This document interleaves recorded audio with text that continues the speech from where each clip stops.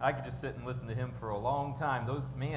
But your wife, she can public speak too anytime she wants. Thank you guys, Esther and Joe. Well, you know it's Christmas season and Advent season when Pastor Todd starts stressing over saying the word poinsettia. You guys know it's coming. But we're glad you guys are here, and we're getting into the Christmas season. Next week, we want to invite you in for our Advent time. But this week, we're taking the third and final week of this Blessed Life series to talk about something that I think will draw out thankfulness from you. Thankfulness tends to happen when we take a step back and we begin to rest a little bit and really take inventory of what God has done. I just want to take inventory real quick and let you guys know to celebrate this. 6 people took the trust test last week, and 7 other people recommitted to tithing. I think that's just something to give God praise for, right? And we're glad that you did it. Let me just start with this. Roberta, would you come up? I have a present for you, and I know that just come forward. It's okay. Nothing's going to jump out, I promise. She's like looking at me like, what's going to happen here? I just want you to go ahead and open it for everybody, okay? If you would do that. I can hold something if you want. Yeah, that'll be easier. Yeah, I just want everyone to see it, okay? Yeah, just keep going. Keep going. There's nothing in there. Oh, I'm really sorry about that. That's okay. I didn't realize that. Well, will you accept my gift? I will. Okay, thank you. I appreciate that. No, so you played along very well. Thank you, Roberta. It's strange, right? Yeah, you clap. She's not happy. I might have to go I might have to buy her lunch or something at some point for playing a trick on her. What if you could give God a gift without even doing anything? What if we could honor God without even really doing anything? That's what we want to talk about today. Because understanding something like a stop day or Sabbath helps us really recognize the fact that stopping is a gift from God and is something we can do to honor Him. So I just want to start here today with a story. David, he built his first craft store in 1972, and his initial plan was to close his stores on Sundays so that his employees and their families, as well as his customers, could take the day off. But he got scared because a competitor vowed to drive him out of business, and one of his tactics was to operate 7 days a week, so David opened on Sundays to match the competition. As the years went by, his business thrived and expanded. He gave money to charity and to the church, but his conscience bothered him. With one hand, he was supporting the church, and with the other, he was working against it, literally. For many of his employees, Sunday was the only time they could go to church or spend time with their children. We've all heard the saying, the customer is always right. This seems like sound business advice, and everything about David's approach to retailing honored this axiom. But something else worked on his conscience. A voice said, I come before your customers. 2 decades after he began his business, David looked at the numbers. Hour for hour, Sunday had become his most profitable day of the week. He was selling $100 million in merchandise per year just on Sundays. David prayed, and then he took the plunge. He decided to permanently close his stores on Sundays. And this is his quote, and that's when our business really took off, he said, of his Hobby Lobby chains. Interesting. Here's the thing. We live in a very fast-paced world, right? And it kind of sometimes will look like this and feel like this.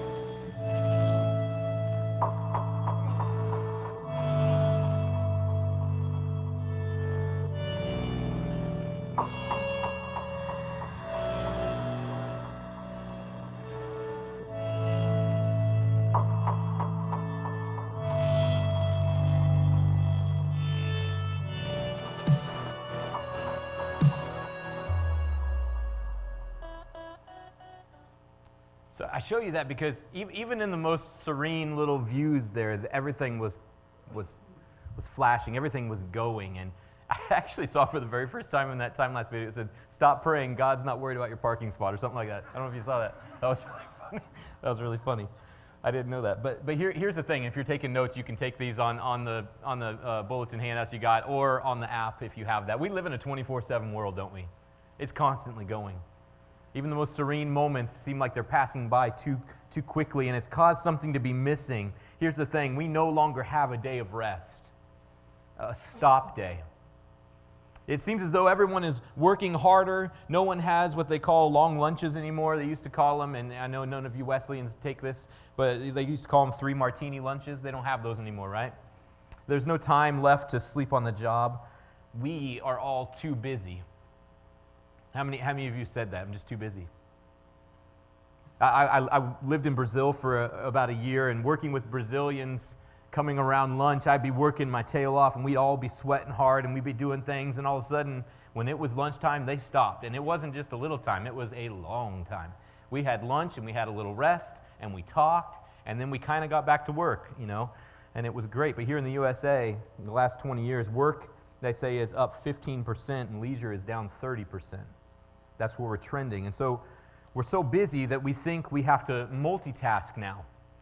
Mom works 2 jobs, and so does dad, and maybe even sister. Junior's in kindergarten. He no longer takes naps after lunch or goes home in the afternoon as we once did. In fact, in 1964, as tourists at the World's Fair ogled displays about the future, sociologists began to predict that too much spare time in 1964 might become a problem. How would everyone cope with a 3-day work week and 4 months of vacation every year? And so the rat race picked up its pace. And 50-plus years later, these concerns are just moot points at this time. Leisure is a thing of the past because the future is now. Carpe diem, right? Has led us to commonly complain about something. There aren't enough hours in the day. But if the past 50-plus years have a lesson to teach us, it's that one more piece of technology will neither bring us more time nor more happiness. It just won't. Despite a plethora of robotic vacuums and smartphones and 3-minute eggs cooked in 30 seconds and everything that you see brand new now that happens fast has Insta in it somewhere, right? You got Instapots, you got Instagram. None of it fulfills you. Something's missing in all of this. C.S. Lewis penned this in his series, The Chronicles of Narnia. All get what they want. They do not always like it. So what we wanted was more time. We stole it from anywhere we could get it from. Now, as the next quote in our bulletin states here, we complain of too little time, yet our days are so full that many of us run out of memory before we reach the end of them. In our 24/7 worlds, we're all too busy to recognize that the thing that is missing is a day of stop, a day of rest, to reflect, to remember, to celebrate, to give thanks, to smell the roses. In fact, I have a friend, his name is Tom Canan. He's a pastor in Kansas, and about 8 years ago, he began to reflect on a night when it was a Halloween night, and he was at home. His kids were all grown, and so just he and his wife, and he wrote this reflection piece about how he was really living life in that moment. He asked everyone at the beginning of it just to take a breath and just breathe with him for a second and just remember. He said, I remember coming home that day before the festivities started, and he said, the fall colors just looked more vivid. And he said, were they more vivid, or was I just noticing them for the first time in a long time? And he encouraged people to take a breath and live in the moments. He talked about his house being a place where they just came and went and showered and slept and went on. But he's like, I really felt that night that it was a place where I experienced living. I stopped, I paused, I had a moment. That taking a breath, that stopping, that's what we're going to talk about today. And what does God say about this? He says to us, and here's the gift, number 2. If we live in a 24/7 world, God says this: remember the Sabbath by keeping it holy. Remember the Sabbath by keeping it holy. 6 days you shall labor and do all your work, but the 7th day is a Sabbath to the Lord your God. See, remember. This is how this commandment starts. You ever wonder why? By the way, this is the only commandment of the 10 that begins with this word remember. And I think it begins this way because the human memory is complicated. Dr. Sleeth in his book here, and I encourage you if you want a good read about something that maybe you don't practice all that much and would want to, if this intrigues you, Dr. Sleeth, this book 24/6 is a wonderful book. He tells a story and then ends it with this sentence. Our memory and our vision are often least reliable when it comes to the things we are closest to and care about the most. Now listen, the story is about a woman named Mrs. Beebe. Mrs. Beebe, one really cold winter night in January in Maine, she had what she felt like was heart attack pains. So she was brought into the emergency room where Dr. Sleeth was attending. And as they brought her in this cocoon of blankets, they basically unwrapped her and placed her in the place where people go for heart issues.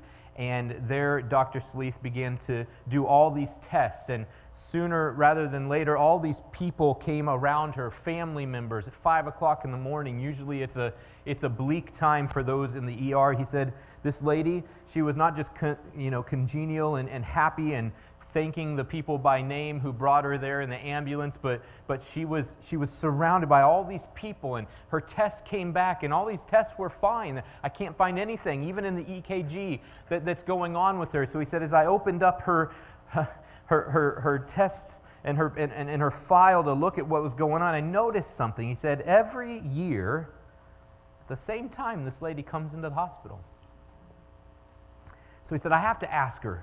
So he went to her and he said, Mrs. Beebe, I noticed that, and he named the number of years, back here in this point of your life, your husband died.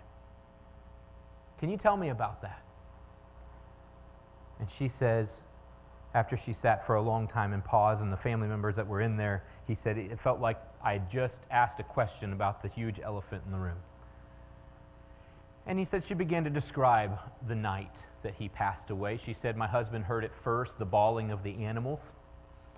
Our barn had caught on fire, and they had one of these things that was called an L, an ELL, that because of the snow drifts reaching sometimes 12 feet high, they had these things that connected the house to the barn. So as the barn went, so did the house. He ran to go try to release the animals, and when she couldn't speak anymore, one of her sons was there, and he began to tell the story of how he stood with his mother outside of their burning house and barn, and their dad never came out. That happened in the middle of January. And for her, every January in the cold of winter, her heart began to hurt. And it wasn't that her heart, she had any problems with it physically, she was just heartbroken. And so he says our memory and our vision are often least reliable when it comes to the things we are closest to and care about the most. See, the whole point is this. We forget. We forget that things happen and are causing things in our lives sometimes. We forget. So God says, remember. Even in these things that are closest to us in our memories. We forget, he says, therefore remember, especially with like saintly Mrs. Beebe and her family. If they had forgotten the tragedy that defined them, how is society supposed to keep track of all 7 days in a week, right? My dad famously always says, well, I've slept since then, I don't remember. He always has good one-liners. But maybe it isn't so much like the dark intentions that we would maybe think are causing or resulting in the loss of the Sabbath in our society. Maybe it's just kind of a society-wide absent-mindedness. We're so busy we can't remember. Maybe that is why the commandment is the only one that begins with the word remember. See, I think the best way to keep track of all 7 days is to take a break and rest on one of them so that we can remember. So God tells us to remember to take a break because he knows what we're prone to forget. So let's look back on the Sabbath and how it came into existence. And to do that, we need to look all the way back into the story of creation in Genesis, because Genesis opens with the Lord speaking the universe into existence, right? And after each day, he said, this is good. And then when he created you and I, he said, man, this is very good. But when the Sabbath was created, he whispered, this is holy. Listen to it. Genesis 2:3. So God blessed the seventh day and made it holy, because on it, what happened? God rested from all his work that he had done in creation. See, this passage brings up a great theological point to wrestle with in your life as you think about what it means to stop. As a community, as an individual, and as an individual, and this is the question, why did God rest? Why did he rest? I mean, was he somehow tired after creating? Of course he wasn't, right? The simple answer is the creator of the universe is all-powerful. He doesn't get tired. So if God is all-powerful, then why did he rest? And why did he call it holy? You see, here it is. I think God was then and is now showing us something very important about his character, and that is that God rests. This is who he is. This is part of who he is. And so stopping, he knows, is a problem for us as human beings. So we get a comfortable house and we want a bigger one. We get enough to eat, but we want one more piece of pie. That's my problem, especially when Dawn makes me a pistachio cream pie. That's the problem. God doesn't rest because he's tired after creating. He rests because he's holy. Listen, everything God does is holy. Everything. Would you agree with that statement? We have to start there. Everything God does is holy. So here's the line of reasoning in your bulletins to look at right here. So if God rests and God is holy, then rest is holy. It's holy, isn't it? Rest is holy. Rest shows us who God is. He has restraint, Dr. Sleeth says. Restraint is refraining from doing everything that one has the power to do. See, our tendency when something stops is to think that there's some kind of weakness involved in why it stopped. Okay? We think this way because we know our own tendencies to get tired, right? So when something stops, we think, man, something must have broken, something must have worn out. And we know our own shortcomings when it comes to these things. But I believe that God is helping us understand that part of his character that is holy is ceasing action. That's part of who he is. It's restraint. Did you know that part of God is there? Or at least, if it's not ceasing, it's delaying. Even if he has the power to see it through. You know, Jesus, he displayed and he asked us to do the same. He said, put on meekness. What is meekness if it isn't strength under control? Romans 9:22-23 tells us this. Even though God has the right to show his anger and his power, he is very patient with those on whom his anger falls, who are destined for destruction. He does this. Why? So to make the riches of his glory shine even brighter on those to whom he shows mercy, who were prepared in advance for glory. See, even though he has the power and the ability and the right, he chooses to show restraint so that we can experience his glory. Isn't that good? Come on now. Rest is holy. Ceasing action. I think God rested, showing restraint, because he wanted us to follow his lead and jump out of the rat race, so to speak, right? Pull up a lawn chair and sip some iced tea. Mainly because he knows that our ambition, although it propels us into great things, is also our kryptonite, causing us to never stop and rest our bodies or our minds or our souls. Would you agree with that? Ambition, man. It's good until it's not. We need to rest. And we don't know how to very well. So God shows us, and he gave us this example in the most extraordinary feat that anybody could ever imagine, save Christ incarnate in the world, that we will ever know or ever, and that was creating all things. He stopped in the most amazing thing, creation.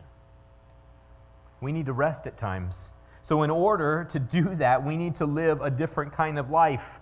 In a 24/7 world, we need to live a 24/6 life. It's not a curse, by the way, to stop one day a week to rest and remember. It's a gift. It's the gift that keeps on giving, that is somehow empty. There's nothing in it. It's made to be rest. It's made to be a whole lot of nothing on purpose. See, a weekly day of rest is like your favorite bowl of ice cream. Mine is chocolate fudge brownie, by the way. Anybody else takers on that? It's your favorite bowl of ice cream and hugs all wrapped into one. That's what it is. We can survive without it, but we really can't live. So today, before we end, I want to share a couple of quick thoughts on the 24/6 life and what it means to us practically. First, here's the thing you need to see. It doesn't matter what day you stop and rest. I know some of you are like, you are sacrilegious. Come on. Here's the thing. Tons of calendars out there are trying to make sense of the world's rotation around the sun or the moon's gravitational revolution around the earth and how it affects us, right? There's all sorts of calendars. They've consisted in 10-day weeks, 5-day weeks, 7-day weeks like our own today. We take our 7-day week for granted, but a 7-day week is neither universal nor is it astronomical, by the way. It's like time zones. It's just arbitrary. We've just accepted it and used it for so long that it makes sense to us. But some countries, in an attempt to rid their people of anything that is religious, have tried so hard to cut out a Sabbath day, a rest day in their calendars, yet it still exists. And here's my point. It's hard to nail down a Sabbath day for rest and worship. We've made ours Sunday in our Christian culture today. Okay? We've accepted that. But if you look around, it's hard to see people really utilizing that day properly. It doesn't matter what day it is, whether we are correct or the Jews are correct or the Seventh-day Adventists are wrong. That I don't think really matters. What matters here is that we are supposed to stop one day out of every week and mark it as a holy day. Because what's important is the stopping, is the ceasing. Now, I know I'm challenging a lot of your Christian cultural ideals right now, but I need you to hear this, because in this day and age, I'm trying to get to a place where maybe we are a little abrasive towards what we are used to so that we can actually critically ask questions about it and how we utilize it, because this is a gift we don't often utilize. And what's more important than the actual day is the stopping, is the ceasing, is to stop and make a day a week holy and look for God.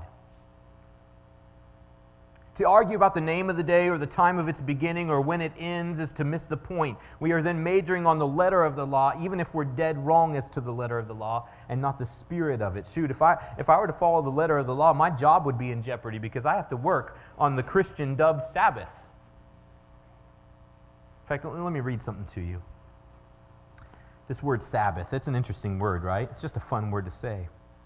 Sabbath means cease from working. The concept is holy. The ancient Hebrews did not have names for the days of the week. Did you know that? They numbered their days. 1 day, 2 day, 3 day, 4 day, 5 day, 6 day, and then guess what the seventh was? Stop day.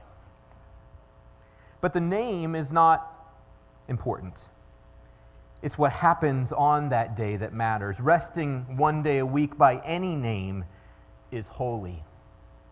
The point is to stop on that day and look for God. Look for Him. As Josh and the team come up here today, as we close, God says, rest is a part of who I am. It's holy. Are you making it holy in your life? Is it sanctified? Is it set apart? Now, when we made this a 2 or 3 part series, I ended with this, and I just want to share this quote with you. Up to this point, everything has been created out of nothing when you talk about creation. But on the morning of the 7th day, God makes nothing out of something. Rest is brought into being. I want you to pause on that for a second. Everything was created out of nothing until the last day, And he said, now that everything's created, now we're going to create nothing. A moment of stop. Ceasing action. Because to be fully human is to be like our Creator. Right? We're made in His image. And if rest is part of His image, then we are to rest. We are to take a day and stop and make it holy unto Him and look for Him and make nothing out of something. Stop day was created when everything else was completed, and if rest or stopping was created and brought into being for us, and it was brought into being for us because God doesn't need rest. He shows us how to be like Him. And the Sabbath is a time to transition from human doing into human being. Then we need to answer this question in our own lives today, and that is this: what am I doing with God's gift of a stop day? What am I doing with it? Am I throwing it away and moving at a 24/7 pace, or am I taking time to reflect and remember and rest in a 24/6 lifestyle? I opened the story with the founder of Hobby Lobby, David Green. And his story, it was so dramatic, right? Because of the numbers and all the things that he talks about. But here's the thing. It's no less dramatic to be a single parent without enough hours in the day. It's no less dramatic for a college student with a big exam on Monday to still take a stop day on Sunday. Or a child facing a Little League playoff on Sunday and parents decide to take them to church because we're going to cease. And we decide to live 24/6. It's no less dramatic in those situations than in yours. It's no less dramatic than David Green's. The stakes are still just as high. Honoring the Sabbath is not only an act of faith these days, it's an act of courage. And I want to encourage you to be courageous. What am I doing with the gift of a stop day? This is God's blessing. He blessed you with it. I want you to look real quick as we're closing here today at Luke chapter 13. This is Jesus and what He did on the Sabbath. On a Sabbath, Jesus was teaching in one of the synagogues. And a woman, and I guarantee you He was finding His Father there, right? He was telling people about Him. But verse 11 of chapter 13, and a woman was there who had been crippled by a spirit for 18 years. She was bent over and could not straighten up at all. When Jesus saw her, He called her forward and said to her, "Woman, you are set free from your infirmity." Then He put His hands on her, and immediately she straightened up and praised God. Indignant, verse 14, because Jesus had healed on the Sabbath, the synagogue ruler said to the people, "There are 6 days for work, so come and be healed on those days, not on the Sabbath." I think that's how He spoke. That's what the Lord answered him, "You hypocrites, doesn't each of you on the Sabbath untie his ox or donkey from the stall and lead it out to give it water? Then should not this woman, a daughter of Abraham, whom Satan has kept bound for 18 long years, be set free on the Sabbath day from what bound her?" Folks, this is what Jesus was doing on the Sabbath. He was about setting people free into rest, releasing them from bondage into freedom. That's what the Sabbath is created for you to do as well. To be set free from the fast-paced world that we live in, to be still, to know that He is God, and to experience His love and His touch in your life.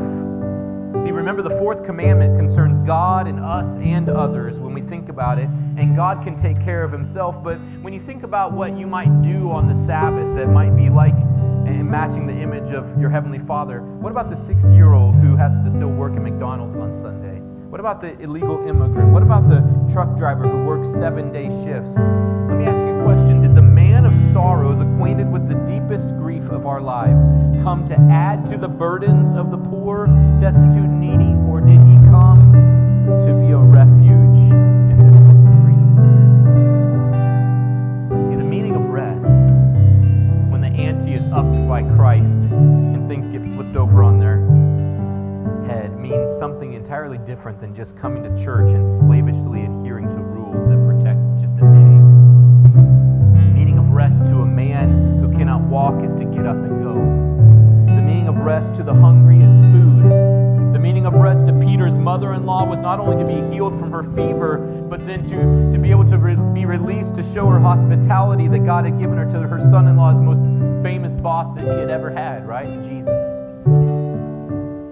In other words, Stop Day for you and for me is meant to be a refuge, not a prison.